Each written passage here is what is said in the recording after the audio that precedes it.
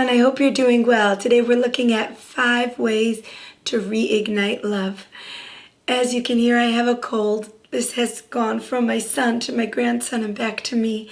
And it sounds kind of funny when I speak like that, I know, but I figured we're on a roll. Consistency is good.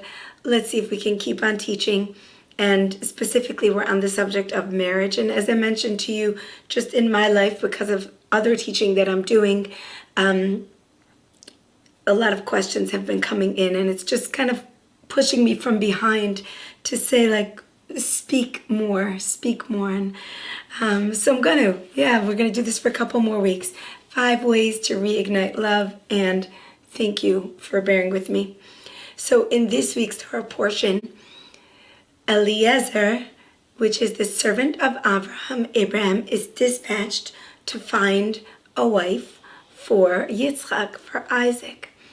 And there's an entire story. We're not going to break down the story over here, but he has special symbols in mind, signs that will let him know that she's the right one. If she, offers to feed the camels water and all that. And incredible miracles happen. And Rivka makes the grade. She literally passes every test, and he knows without a doubt she is the one for Yitzchak. Then Rivka goes together with Eliezer. She sees Yitzchak. He's standing there. He's praying. He's davening mincha. And she's so impressed. She's actually like overtaken. So that's the parsha. That's what happens. There are other pieces that have to do with Abraham remarrying and all that. But we're just going to look at this because this is the interesting part for us. This is where the shidduch happens. This is where the match is made. So let's head into 5 ways to reignite love. Amen. Let's do it. Okay, number 1. Let's think together about what did Hashem, God, do to bring you and your spouse together. You've probably told the story of how you met many, many times. But no matter how long you're married, it doesn't stop being an incredible miracle that you even met your spouse. From all the people in the world, all the men, all the women, there they were, the one for you, the one who would understand you, the one who would actually choose you back, who would actually want you the way that you want them, the one that would marry you. And, you think back to that story, what had to happen? Maybe you were in college and you met someone, maybe you went a traditional matchmaking way, the shidduch system, and a friend called a friend who called a woman who knew a guy, and you were brought to this person. It really is quite incredible when you slow down to think about all the ways that God had to line up everything just right in order for you to meet your spouse. And this is like a startling fact, because when you realize that the world was turned upside down, especially for you, to meet this one person, and all the factors were sewn into place in all the conversations just so that you and your spouse could get together, you realize that there is an emes here. There is a truth here. The truth is that this is the one, and it is meant to be. And in other words, Hashem himself is saying, you two are an awesome investment. The two of you together. That's how I see it in my mind's eye, says Hashem. I see the two of you together. And I'm going to make that happen because you together are an awesome investment. You're an awesome team in my world. I need your energy and his energy, bam, together. Now, marriage has its rocks and rolls. So it doesn't always feel like that. It doesn't always feel like you're the dream team or like you're a team at all. Of course. And that's actually, so much of our other classes that we've spoken about, how to navigate those moments, because we do want to get back to team and partnership and realization that it's in us. But one way to rein it in and find delight is to think about, what did Hashem do to bring us together? And this is actually a miracle story. And it's a story that when you retell it, it ignites love. So you can retell it in your mind, or you can retell it to your children again and again and again. And if you want to make your spouse feel really special, say the story in front of them. I'm so lucky to have met my husband. Hashem did so much to make sure that I would meet this man. He's so incredible. Say it in front of other people. Or my wife. I'm the luckiest person in the world. Thank God that he introduced me to this wonderful woman. Point number 2 is, what were you impressed by? So a lot of times in marriage counseling, they will actually ask you this question as they try to reignite love. They'll try to bring you back. What did you first like about him? And we see with Yitzchak and Rivka that they actually found refuge in each other. Rivka came from a very nasty home. Her father, Besuel, actually tried to poison Eliezer at their meal together. He was really not nice. Her brother Lavan was a narcissist and only interested in the money. This was not a nice place to come from. And then when she saw Yitzchak and she understood, what this was about, this holiness, this strength, this righteousness, she was overtaken. It was a refuge for her from her father's home. Right? We spoke in a different class about how we seek out the opposite of our parents' home, or we seek out the same. So here is Rivka, and there's like a sort of a refuge with Yitzchak. Not that the Torah weaves the emotional piece to it, but we can just notice where she came from and where she was brought to. And about Yitzchak, it says that his mother Sarah had 3 signs, very, very special signs in her tent. That there was a beautiful cloud hovering above her tent, that her candles stayed lit on Shabbos from week to week, and that bread stayed fresh from week to week and lasted. And when he brought Rivka into his home, these same 3 signs reappeared. In other words, he found refuge and comfort in the presence of his dear wife. So we get impressed by our spouse when we first meet them. And it's kind of like our hearts are saying, wow, that feels like refuge. That feels like comfort. That feels like something that I want to be around. So just think about that. In what way were you impressed by your spouse? And in what way was what they have to offer a refuge for your heart? Okay? Just thinking about these things is so wonderful in reigniting love. It really brings us back to the truth of ourselves. Point number 3, we see from Rivka extraordinary kindness. Eliezer said, please, can I have a sip of water? And she said, of course, I'll give you to drink and also your camels. When you want to reignite love in your marriage, the idea is to go above and beyond. That's what Rivka did, above and beyond. And this is just so beautiful. I will give you a quick example. Let's say your spouse says, I have a headache. Such a beautiful thing to do is to stand up from your chair and to say, oh, can I get you some medicine? And to go and get it, even if they could get it themselves. Sometimes we just say, did you take any medicine? Are you okay? You going to be okay? How beautiful is it to stand up like, wow, that bothers me that you have a headache. I'm going to go and get you medicine, and to bring it to them with a cup of water and a pill or whatever it is that they want, right? You can even ask them, I'm going to get you medicine. Can I get you a tea as well? Even just for a little headache. Why not? Why not tend to our spouses with inordinate, extraordinary amounts of love? Yeah? Sometimes a spouse is looking for something or trying to get together to get out of the house, and you see that they're a little bit harried. So you can just like sit there on the couch or keep on frying some onions or, be busy on your phone with whatever very important thing you're doing.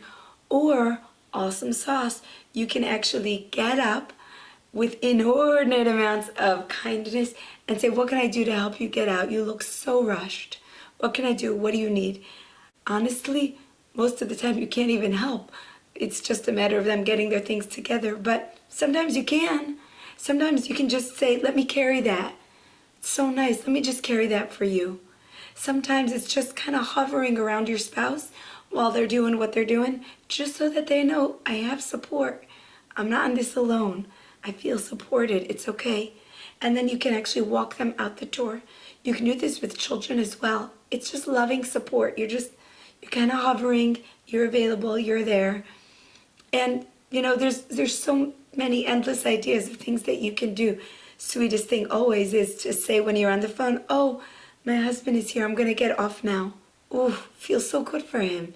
He just knows he actually matters. There's kavod, there's respect. It feels so good. When your spouse asks you to do something, usually like a physical task, there's a very good chance that they have one way of doing it and you have another way of doing it. One of the ways that we can show inordinate amounts of chesed is actually to just surrender and to do it in the way that would give them the most peace and calm. This is something that I've worked on a lot. It actually just happened to me this morning where there's going to be a big rainstorm today. So my husband said, make sure you go shopping for Shabbos early. I said, okay. And for me, early means early when I'm ready, meaning I like to take my time. I have a morning routine, and then my morning routine is it's a long routine. It just keeps going. And then when I'm settled, I go shopping. Thank God I haven't been shopping on Friday. Recently, I've been really working on the getting Shabbos ready on Thursday, but yesterday I thought it was Wednesday. I got a little confused. So I woke up, I'm like, oh, it's not Thursday, it's Friday. Okay, time to go shopping. So he said, please go early. Now, here's something interesting. I know for his personality that it's actually on his mind. She's got to go shopping. I don't want her to be out in the rain. It's too messy. There's no reason for it. It's more efficient to go out early. I know that. And then in my mind, I'm like, oh, I really want to go shopping. I'm so grateful that he reminded me. And I'll go as soon as I'm done. And I had this moment, this tug of war, because I didn't want to surrender my routine, and I didn't want him to have to sit with that annoyance for 2 hours.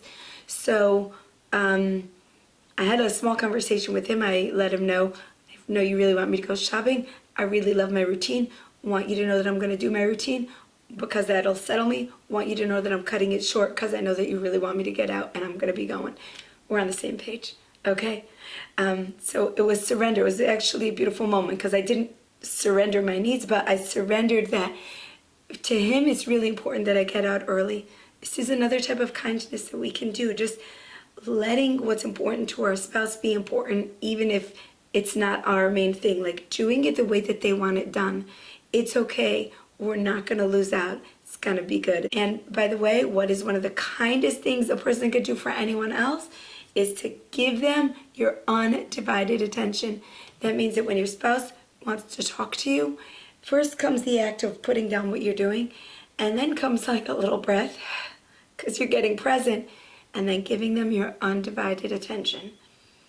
When you give undivided attention, even if you're in the middle of doing something, you may think, oh, it's an interruption, it's going to take too long, but no. That's where your life is happening. Right there in that relationship is your life. The other stuff, it'll happen. Nothing's going to happen if you wait 10 minutes. That's not even the main stuff of life. The heartbeat of the life is right there in that undivided attention. Okay, so let's look one more time at Yitzchak and Rivka. If we had to show them in artistic expression, it would look like this. Rivka was outward. Imagine a spreading outward. She was chesed, kindness giving. Yitzchak was gevura. That's the character trait that he stands for. Gevura is inner discipline, inner might, standing upright. So if we look at gevura, it's you're always trying to do right in the eyes of Hashem. So Yitzchak's movement would be expressed as upward. So we have this upward movement and this outward movement. Very often with spouses, you will have one that has more of an upward movement, more of an outward movement. And it's a wonderful, wonderful thing to focus in on your spouse's way of being, however they show up, and to notice what a gift it is that they are there to balance you. Think about if you had to be married to yourself. That would just be that not good. Either things wouldn't get done or too much chaos would happen depending on who you are, right? It would not be good if you married yourself. No, you'd just be so limited and so either chaotic or passive. Instead, because the outward movement can get chaotic, the upward movement can get too rigid, right? Rigid or passive, usually rigid. So thank God that you married your complementary attributes. Now, the deeper your marital harmony gets, the deeper these attributes will mix and meld, and you'll both be upwards and outwards, strong and soft and strong, the whole thing. That I love those topics of the balance. But just for today, whatever your spouse appears to you like today, if they appear as someone who is more structured or someone who is more outward, celebrate that about them. Thank God. You don't have to be married to yourself. Go over to them with a big smile and say, I'm so happy I married you. Do you realize, like, you are literally what I need in my life? Tell them that. Just go ahead and tell them that and mean it, because it's awesome. Okay. Write a letter of love. So, Yitzchak found refuge in Rivka. We know that from the Torah. And so often our spouses do not even know just how much refuge they give us and how much we appreciate what they do in our lives and how much we love them. Maybe we think they know, but one of the most beautiful things to do is to write a letter of love. And in this letter of love, you can express, you know what? I want to let you know what a refuge you are for my heart. I feel so comfortable with you, or I feel so safe with you, or I feel so stable with you, or I love being connected to you, or I love being your partner in life. I love what we're building together. Here are the special ingredients that you give. I'm just going to keep going to give you some ideas. Here's one of the things I love most about you. Here's how you have made me a better person. Here's the way that you show up for our family that I deeply, deeply appreciate. Okay? And then you can actually just express your devotion to them. I'm devoted to you. I care about you. I'm in it with you. I love you. Really write an incredible letter of love. Sometimes people can go their whole life and never receive a letter that says even a quarter of that. Well, you can change that for your spouse. You can write an incredible letter of love. And especially if you give it to them right before Shabbos, that's one of the most beautiful things. Shabbos is coming, everything's peaceful, and we're just open to receive. And wow, how awesome would it be if your spouse got an awesome letter of love. Now, just as an aside or an addendum, besides for this incredible letter of love, think about what it would do for your relationship to write notes of love all the time. I actually grew up with that. Thank God for sticky notes, because there was often sticky notes on our bathroom mirror. And plenty of times it would be from my mother to my father or my father to my mother. They had little jokes going on. Sometimes it would be to us, like, take care of your mess kind of thing. My mother would sign it, the management. But she wrote it nicely. It was like nicer than telling the kids, we went to bed early, you stayed up late, the house is a wreck, I don't want to wake up to this. She didn't do that. My mother was so beautiful. She would just write in a little sticky note, the management would very much appreciate if the mess was cleaned up by 9 p.m. The end, just a little note. You can actually write a little note, do you know how much I love you? And just place it under the challah board. What a great surprise. Or you can put a note on your anywhere. Just give it to them. Well, I used to give my children notes, and I would tell them this is special delivery, because there was something nice about like passing it through someone, that my husband would get it or that he would give it to me. It was so nice. So write that letter of love, or little notes of love, is going to just ignite and reignite the love in your marriage again and again and again. I bless you and have an awesome Shabbos. Take care. Bye-bye.